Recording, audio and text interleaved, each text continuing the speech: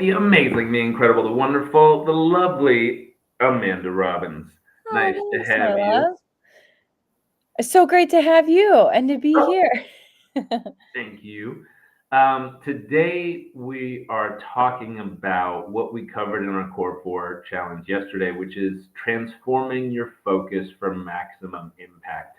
One of the biggest challenges I see for most professionals is they're so busy with everything they have to do that they feel like there's a never ending to do list.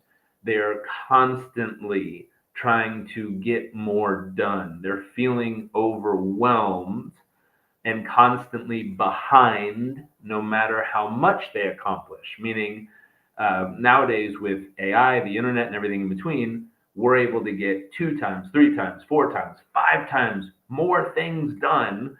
But even though, if we were to measure the amount of things done you were doing in the past versus the amount of things you're getting done now, you're probably doing two, three, four, maybe even 5 times as much.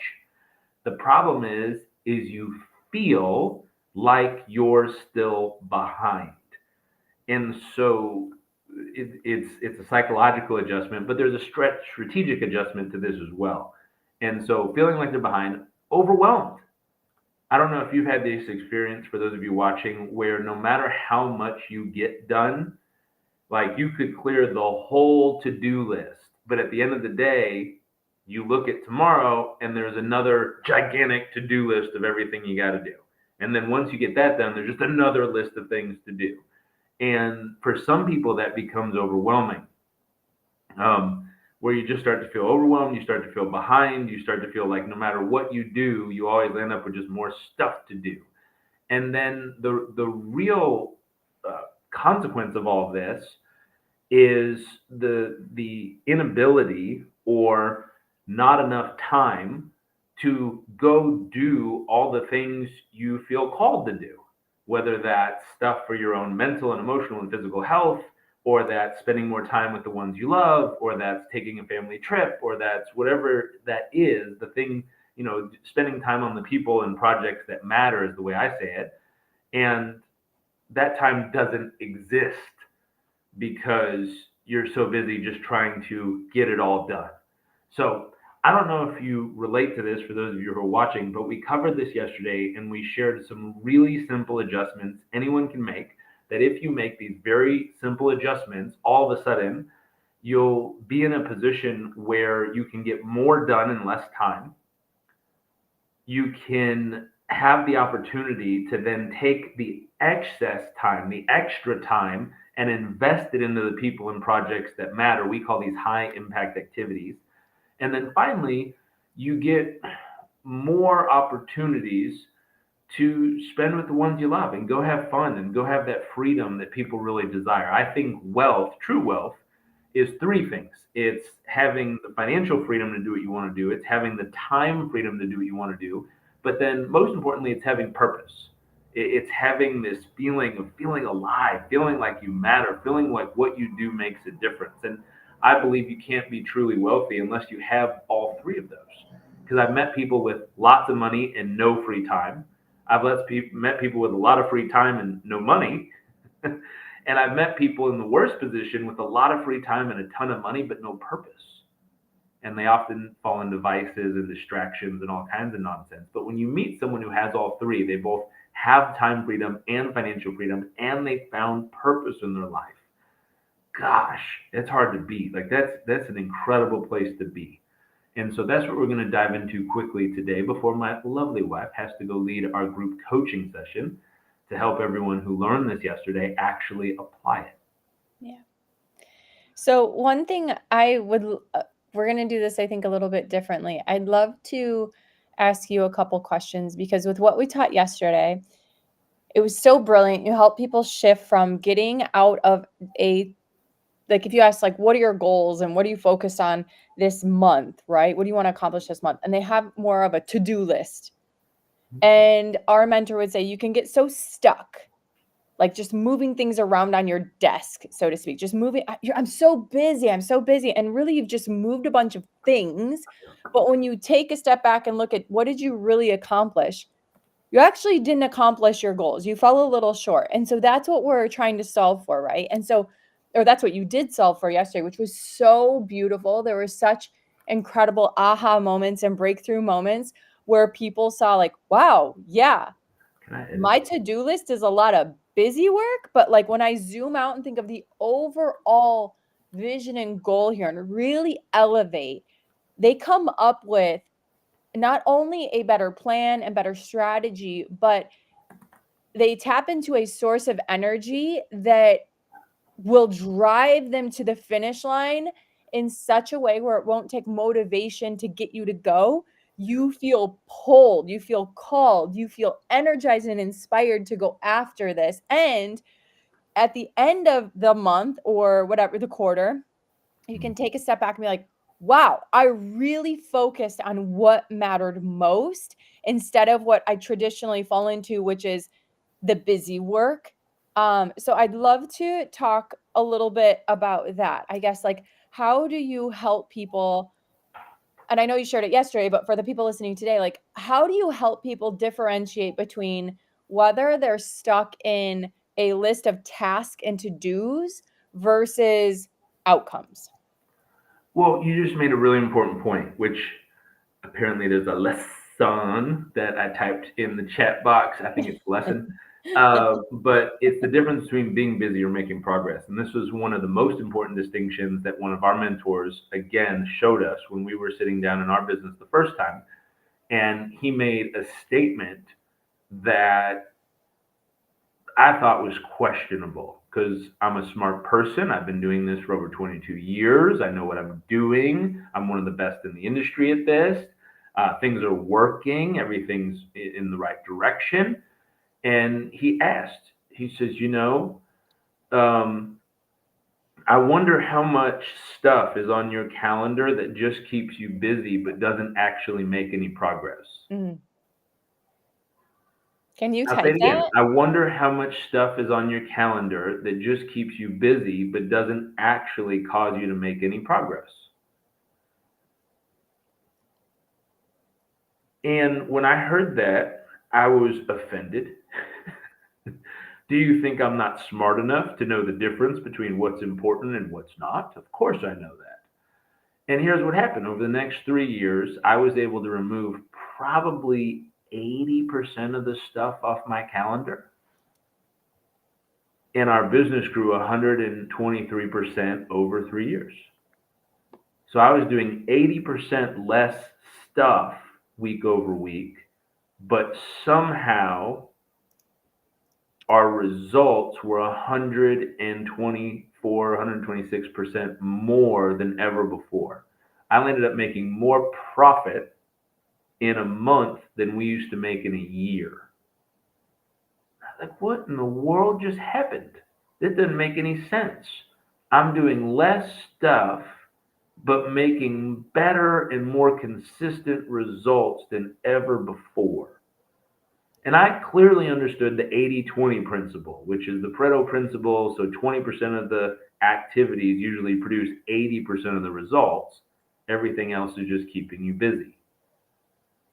But I never applied it at that level to that extent. And so having an outside source question me, challenge me, truthfully, to really ask the question every meeting on the calendar, how much progress do I believe investing this time will cause us to make? And everything that I couldn't absolutely and clearly say, this phone call is going to produce X amount of progress within X time. If I couldn't state that, his rule was to get it off my calendar. If I can't clearly predict the amount of progress that will be made within what time frame I can expect that result, it needs to be removed. And it took 3 years to remove about 60 to 80% of the stuff that was on my calendar. But what was left is only doing the things that I could predict. This hour of activity will produce this amount of progress within this time frame. If I could predict that, I did it. And what happened was 126% growth. And so the question is, how could we apply this if we wanted to start for business owners? How do you apply this in your business? How do you apply this concept that says, if I can't predict how much progress will be made within what time frame, I'm removing it off my calendar? If we can uphold that as a base standard, all of a sudden, we start to create space. Now, if you're like my friend Gary, he figured this out and he did it. Are you okay?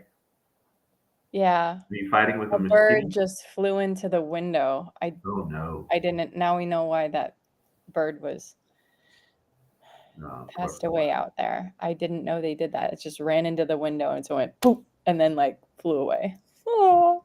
At least he flew Anyways, away. it was a sweet dove. I have one more question before I have to go, but you were talking about your friend Gary.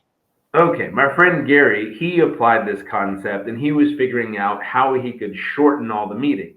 He took an average of 45 to 60-minute meeting and he said, hey, if I can squish this down to 15 minutes every time, I can get back 30 to 15 minutes of my time every single meeting.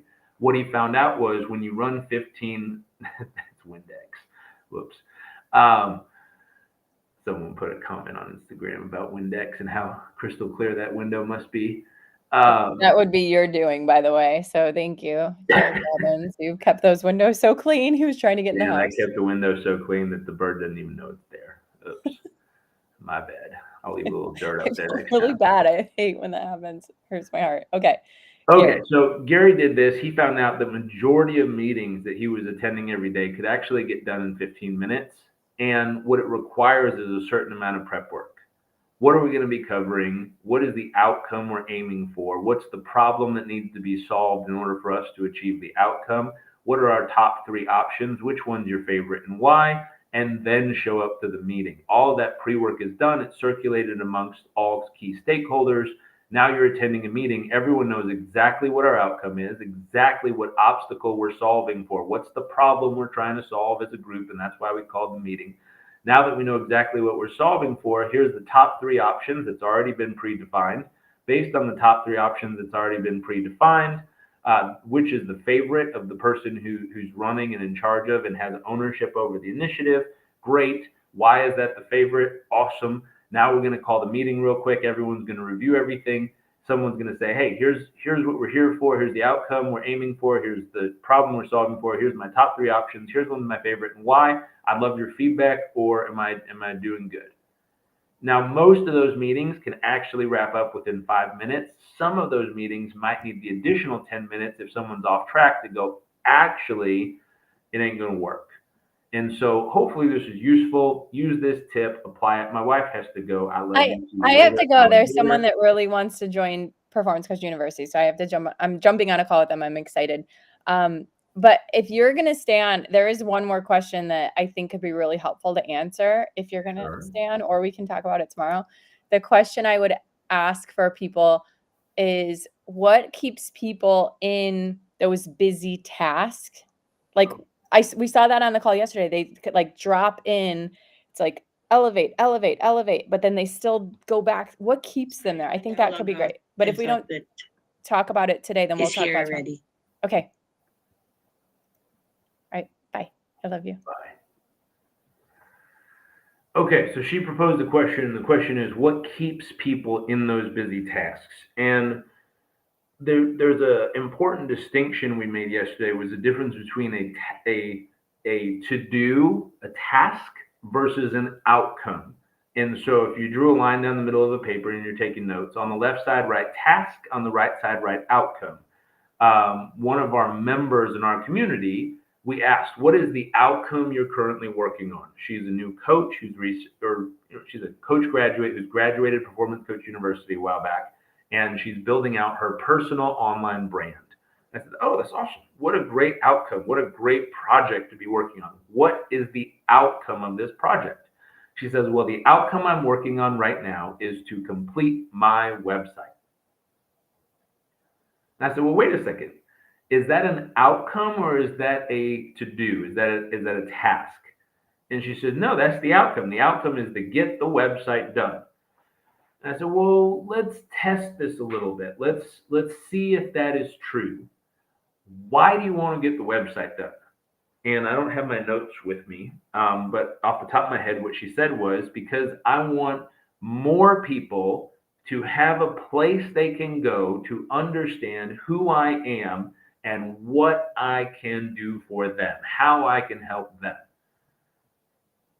I said, that's interesting. So you said the outcome is just get the website done, but what I'm hearing is you want to create a hub where people can go, where they can clearly understand how you can serve them, how you can help them. Well, if they clearly understand that, what happens? What what do? They just go, "Great, she can help," and then they leave. And she laughs. She goes, "No. If it worked, then they would understand what I could do for them, and they would decide to then fill out a form to work with me." I said, okay, so the outcome to get the website done? It sounds like the real outcome is brand awareness for these people so they understand what it is that you can do for them to help them. But the real outcome is if that's done correctly, they'll fill out a form and want to work with you. And I said, well, what do you hope happens if they fill out the form? And she says, well, I hope if they fill out the form that they actually become a paying client and I can actually serve them and help them. I said, well, that's interesting. And I was like, do you just want people to sign up and, 24 hours later leave? She's like, oh, gosh, no, I don't want them to stay. So I said, well, wait a second. Is the real outcome here to finish a website, or is the outcome to build your brand awareness? Or is the outcome to cause people to raise their hand because they want to work with you? Or is the outcome for people to sign up? Or is the real outcome we're actually focused on is creating clients that you build a long-term lasting business relationship with that stay with you in your business for the next, say, 10 years? And she smiled and went, huh. And I said, this is where we get busy. I said, how much time would it have taken to finish the website? She said, I don't know, days, weeks, months. I said, probably. But what was the real outcome? The outcome was never to finish a website. That's an activity. That's a task. The real outcome was to build a deep, long-lasting business relationship with these 35 clients that'll last 10, 15, 20 years. That's the outcome. Now I said, question. If your outcome was just to finish the website, what would you be focused on? Well, the most important thing would be getting it done. If your outcome was to build brand awareness, would you build the website different than if your outcome was to just get it done? She said, yeah, of course. I said, well, wait a second. If your outcome was to get people to raise their hand to work with you, would you build the website different than if your outcome was to just get them to be aware of you? And she goes, absolutely. I said, this is the biggest difference between web designers and people who actually are a web strategist who know how to get people to take action off of a website versus just stare at it and go, that looks nice. Web designers, generally speaking, know how to design something that looks good, but they don't know how to effectively build something that strategically causes people to take the action you desire. So you build it different if your outcome was to get people to raise their hand. And I said, but wait a second. Would you build it different if the outcome was to cause someone to just sign up, regardless of how long they stay? And this is where a lot of the internet marketers go wrong, where their outcome is to just get people to sign up. Just sign them up, sign them up, sign them up. They're not trying to build a long-term relationship with these people. They're just trying to get them to sign up. And I said, would you build it different if your outcome was to just get them to sign up versus if your outcome was to build a 10-year relationship with these people? She goes, of course I would. It'd be totally different. I said, okay, then we better be clear on what the outcome is. Because if we're not clear on what the outcome is, we'll end up saying something like, well, I'm just trying to get the website done. And we'll focus on getting it done instead of building a hub that will allow me to build a 10 plus year business relationship with the people who feel seen, understood, and appreciated when they arrive, because they know what I do is exactly what they need. And I will put them in a process where we will build a genuine and lasting relationship so that when the work begins together, it'll last over a decade of us doing this together. Totally different. And so my 2 cents to you is really get clear on what the actual outcome is that you're aiming for, and don't settle for just high level tasks, because a lot of people get so busy doing tasks, they don't even know what the outcome is. And then once we know what the outcome is, we went through all the different line items she had listed of things to do. And we found out is that we could get to that outcome without having to do probably 80% of the list.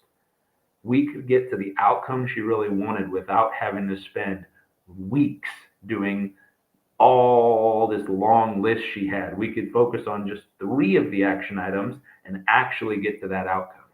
So we were able to carve off, let's say, 3 weeks of work out of a month because we actually knew what the real outcome was. And anyways, if this is useful to you, you'd like to come check out what we do, you're welcome to be my guest. All you need to do is direct message me and say, I'd like to check out the Core 4 or the Business Accelerator where we teach these kind of tools. If you send me a direct message with that, I'll give you a link. You're welcome to pop in as our guest, check it out, see what we're up to, and join us. As always, I mentioned this yesterday. So it's been about 2 or 3 years since I went and took over a business and helped scale it and fix it. And so I wound down all my personal one-on-one coaching clients. And just recently, I decided to take on 2 to 3 more. I have about 5 people who filled out the application so far this week that I'm going to sort through and see if I can find someone who's really the right fit that I'm excited to take on. But if you're watching this live and you have any interest of working with me personally one-on-one in coaching, either about your personal performance or your business growth, please just reach out to me. I'll send you a quick application. You can fill it out. What I'm sorting for is who's the person that I feel passionately that I can help them absolutely magnify the results that they're going after. So any interest in that, send me a direct message. And as always, these lives are brought to you by Performance Coach University. Performance Coach University, we train the best performance coaches on earth. We're ICF and BCC accredited, which is the gold standard in the coaching space. Someone asked me the other day, do you really need to be ICF accredited? I said, I don't know. But if I was going to go fly on a Boeing airplane these days, I hope an outside accredited body has taken a look at the process of maintenance to make sure the doors or the wheels aren't going to fall off the plane. Kind of same thing with coaches. If I'm going to go work with a professional coach, I hope an outside regulation body has come in and looked at it to make sure the doors aren't going to fall off this thing. So we made sure to go find who is that regulation body that makes sense in our space. That's ICF and BCC. And we've had both of them look under the hood and make sure it is a solid, reputable program that absolutely delivers as promised. If you're interested in joining that and you have the heart of a coach, where you want to help others achieve success and really live with purpose, you can go to performancecoachuniversity.com/apply. Sam on YouTube is asking, how do I apply? Sam, you can shoot me an email at results@jarekrobbins.com or come and shoot me a direct message on Instagram and we'll get you an application so you can fill that out. And I'd love to do some work together. Okay, everyone, have an amazing morning, evening, afternoon.